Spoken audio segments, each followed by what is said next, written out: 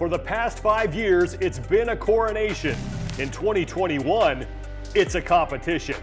Matt Fraser is gone. The top of the podium is up for grabs. We preview the men's competition at the 2021 NOBULL CrossFit Games next on Game Central. Hi everybody, welcome to another edition of Game Central. Sean Woodland, Annie Sakamoto, and Tommy Marquez previewing the men's side of things for the 2021 NOBULL CrossFit Games, and the first time in a long time. We don't know who's going to win, and I absolutely love it. Really, Sean, this is the first time since 2010 where we don't have a clear idea or at least belief around who is going to win the games. And for me personally, I know that's exciting. 2010 games were actually the first time I ever worked it. So this is nearly a decade since you can't necessarily just pencil a guy in at the top of the leaderboard.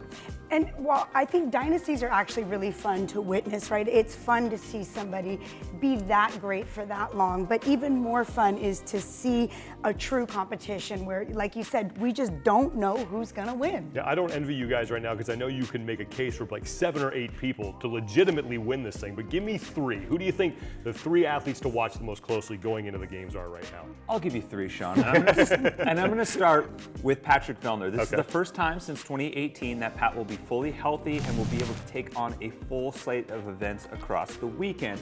And for the past 6 years, really, in my mind, when that's the case, he has been the second best CrossFitter around behind Fraser. That includes 10 different events, 4 sanctionals, 3 games, 3 regionals. In those events, he has 3 CrossFit Games medals, 3 wins, and an average finish of 2nd. When you take Matt out of the equation for those events, that bumps up to 6 wins and an average finish of 1.4. The only 2 athletes in the field now that have beaten him during that time frame are Ben Smith and Brent Fikowski, so he's a clear favorite for me. Then you have to go down to a podium finisher from last year, Justin Medeiros. The big question is, what does year 2 at the games look like for Medeiros? Because you have to consider this is his first time competing in Madison. This is his first full in-person experience at the games with a full athlete field.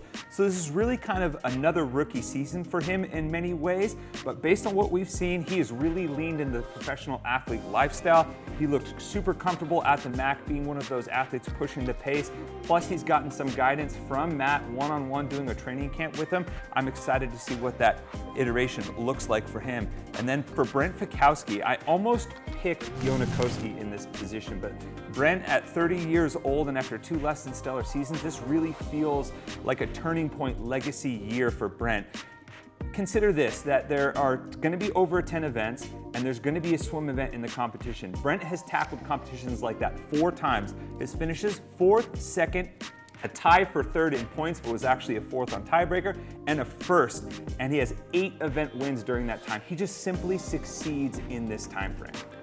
Who are the 3 that you like, even though, like I said, you could pick 10? Right, it's hard. And actually, even though there's so many, I have to agree with Tommy on Patrick Vellner. And, you know, he's like Tommy said, he's a 3-time podium finisher. He has 2 different color medals. He's looking for the 3rd, and that's gold. And I think, like Tommy was saying, of any of the years that Patrick could do it, it could be this year. You know, you look at 2019, he's out early with some mishaps. You look at 2020, he's out early due to some injuries. He's healthy this year. He's actually been setting some new PRs. You know, you look at his performance at the Atlas Games where he won 2 events. It was a loaded field of competition and he won it handily. I really think that this is Patrick Vellner's year to not only be back on the podium, but quite possibly on top of the podium. Second, I'm gonna go with Travis Mayer. So this is a fellow who actually just missed the final cut in 2019. He finished 12th. Again, he just missed in 2020. He was in 19th, but you know, I followed Travis on Instagram and he just looks hungry this year. There's just something about it. He seems to be coming on really strong. And proof in that was winning the North American quarterfinals. Then we go to the MAC. He opens up the competition with a 300-pound squat snatch to match the likes of Ben Smith and Scott Panchik. That's a feather in his cap, if you ask me. And he got 4th. You know, he's been training with Mel Olson. There's a really good crew down there in Florida training together. And that's a huge advantage when you think about going into the games, to have some solid training partners. And then, of course, the 3rd would be Scott Panchik. Yeah. And this is an 8-time Games veteran who has finished top 6, 7 of the 8 times he has competed at the CrossFit Games. He has 3 4th place finishes. I think it's easy to say that Scott Panchik is the best male CrossFitter to have never stood on the podium thus far. You know, this past year, he's been training with Rich and the Mayhem crew. He kind of thought he was going to be on the team until they switched it up to the Affiliate Cup. And I think that that might be the edge that Scott needed to get on the podium this year. It's his best year yet when you look at his open finish, second place. He was second place in the North American quarterfinals, second place at the MAC. I definitely think this is the year that Scott Panchik will be on the podium. That's the tough question. Who's going to win? I think we have an easier question coming up here. Who gets Rookie of the Year for the men? Well, if he doesn't get it coming out, he has my vote going in, and that's Jason Hopper, 23-year-old that won the MAC, and it was kind of like, wait, who is this guy? A little bit shame on us because he actually finished the Open in 19th, but we've seen a lot of athletes finish the Open really well and then not do so well when it was either regionals or sanctionals. And sure enough, he got 35th in the North American quarterfinals, so again, he hadn't really caught our attention.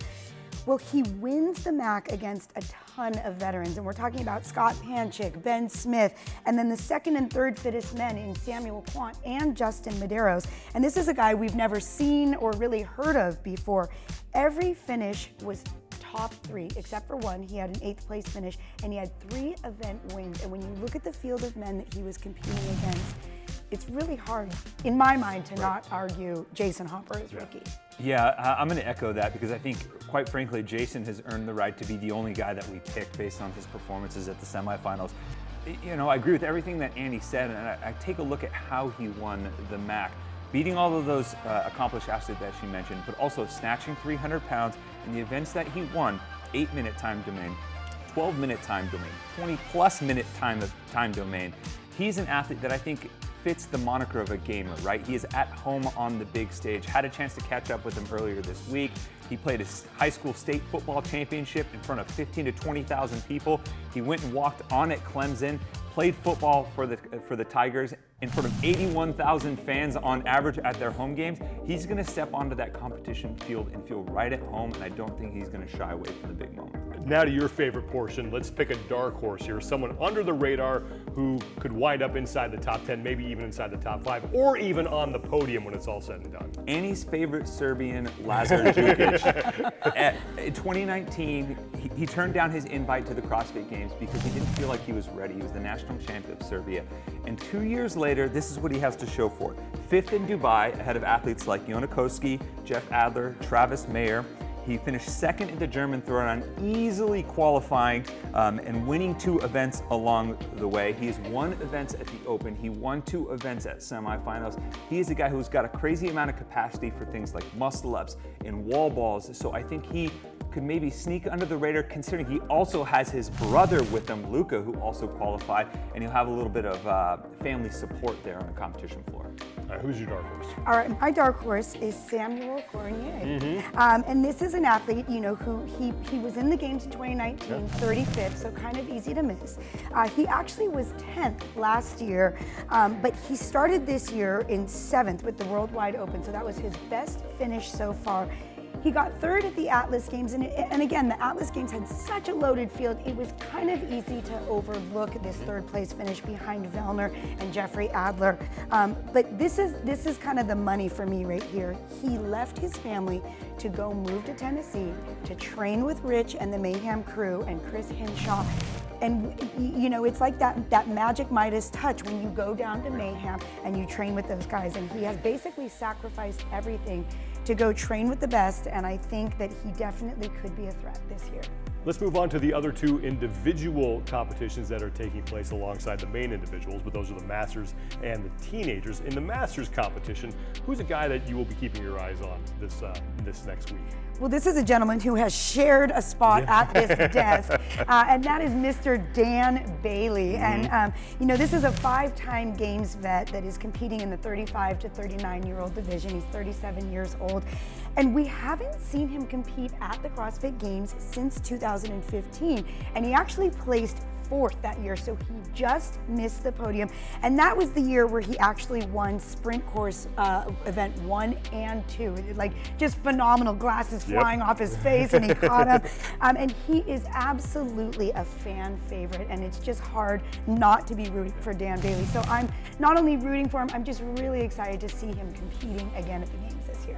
Also the most handsome pick you could have gone with as well. But I'm going to go on the other end of the spectrum as far as age is concerned. And I'm going to go with Thomas Ackerman. So the 65 plus division is a new division for this season. And in my opinion, one of the best ways to breed interest and support around that division is parity, right? Everyone coming into this year thought that David Hippensteel was going to be the guy to beat. Well, Ackerman steps up to the plate and beats Hippensteel pretty handily in the qualifier.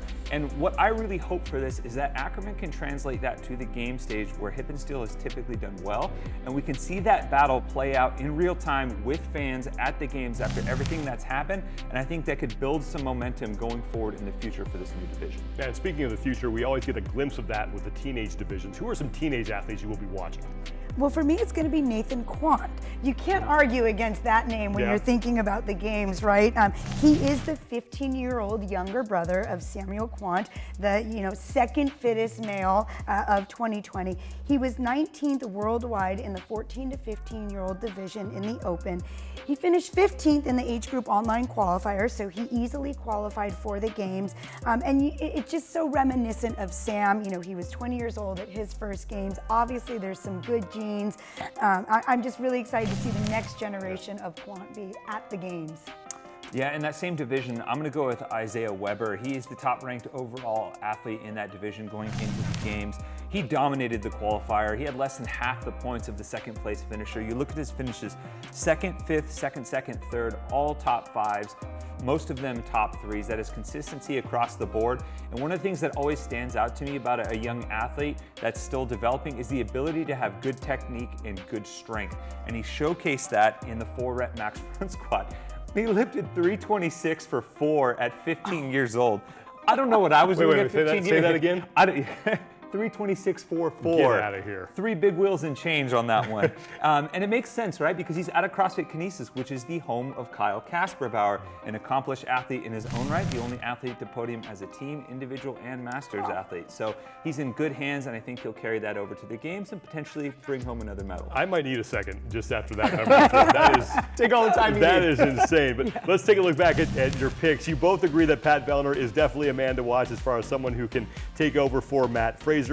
We all agree on the Rookie of the Year with Jason Hopper. The dark horse, Tommy likes Jukic, Annie likes Sam Cormier, and then for the Masters, you're going to different ends of the spectrum there. Tommy goes to Thomas Ackerman in the 65-plus division.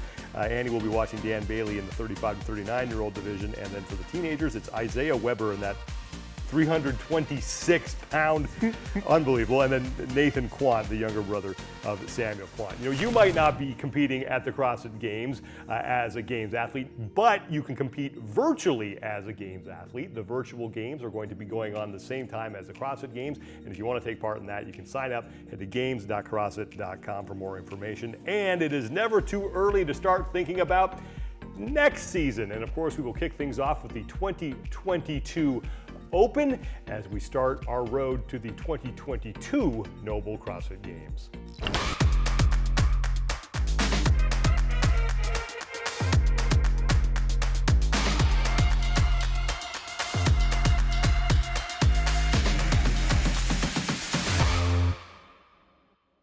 I always forget how quickly the season goes. We get to the Games, that finishes, and then the Open is right around the corner. We could just skip the Games and go right to the Open if you want. No, you gotta gotta win. I don't know about that. Is it better to be feared or loved? Because I'm afraid of how much I love the Open, and that's why my Whoop just picked up an elevator park right now, thinking about going through those tests again. Yeah, the Open is gonna be a lot of interesting fun, I guess we could say. Thanks so much for watching, everybody. That's going to do it for this men's preview of the 2021 NOBULL CrossFit Games. You can also check out our women's preview as well as we break down that entire division. For Annie Sakamoto and Tommy Marquez, I'm Sean Woodland. We'll see you in Madison.